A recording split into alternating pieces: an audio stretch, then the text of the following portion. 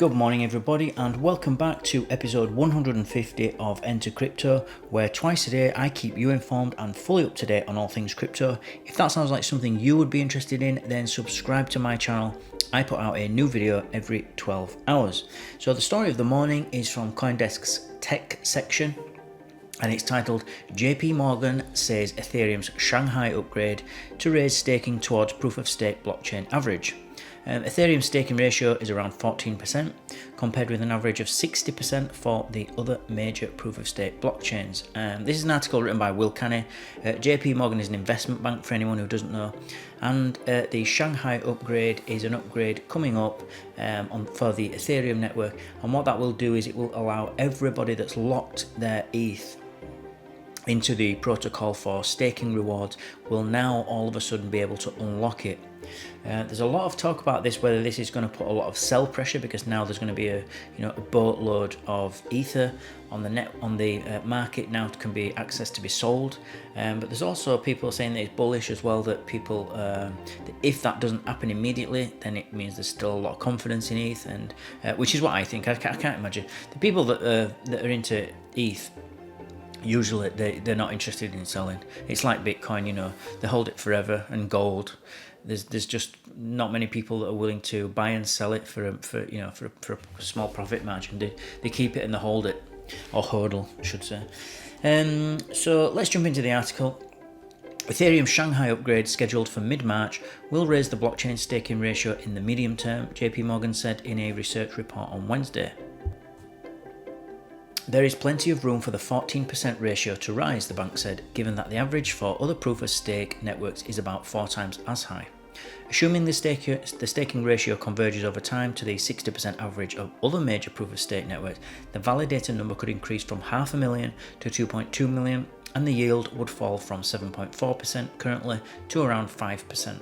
Analysts led by Nicholas, that's a difficult name to pronounce, Panigurtsoglu, wrote, in a proof-of-stake system, validators attest that a block is accurate and can be added to the blockchain. So this is to just another quick explainer that ETH has currently anyway, has a deflationary inflation rate of every year, and that is since EIP 1559, which happened a couple of years, I think it was 2021. That upgrade, that improvement proposal came out and was activated, made it so that the more that the ETH network was used, and that is to say more transactions, it would actually burn more ETH, more of the circulating supply of Ether. That would obviously put a supply bottleneck, and so that could be a factor in raising price, certainly going forward anyway. And what also happens is that the more validators that come online, which is what they're proposing would happen now, the lower the yield becomes. So it will go from what he's saying here, 7.4% currently, to around 5%, because more validators come online, so there's less ETH to share around. Hopefully the price of ETH will go up with that because of the deflationary pressure, but that's not forced to be the case. And so at 5%, basically that 5% would have to go around more people. So, and then if more validators came online, then that percentage would decrease even further. So that would give people a disincentive to then be a validator, because you would say, well, the rewards are not like they used to be, so I'm going to switch my validator off now. And then if enough people do that, the rewards will go back up to a higher percentage, up to 6, 7, 8%. And when it gets high enough, it will then incentivize validators to switch the machines back on, and we'll be back on. And so it creates this happy medium all the time of a secure network through proof of stake. And that's the game theory behind it anyway.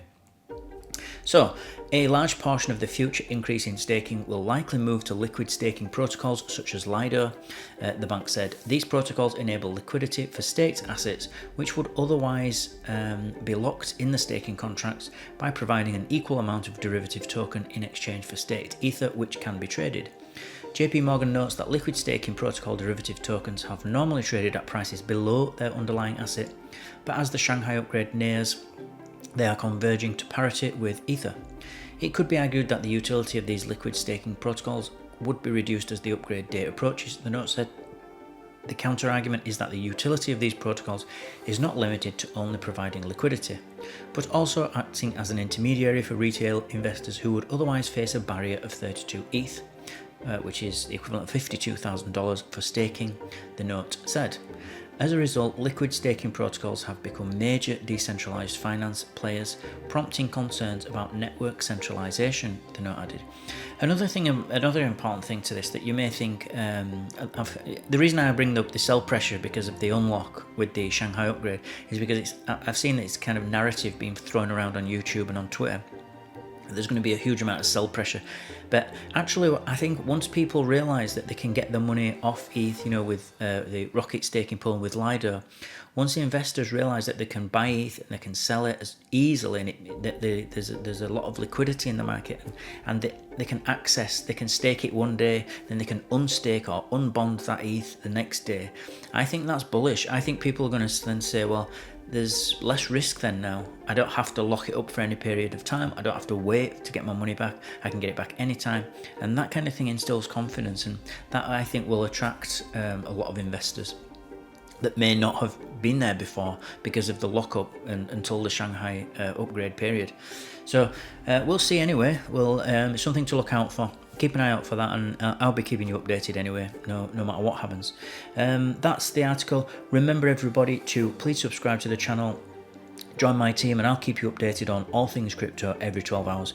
Don't forget to smash the like button if you feel you got value from this video, and I'll see you all in 12 hours time.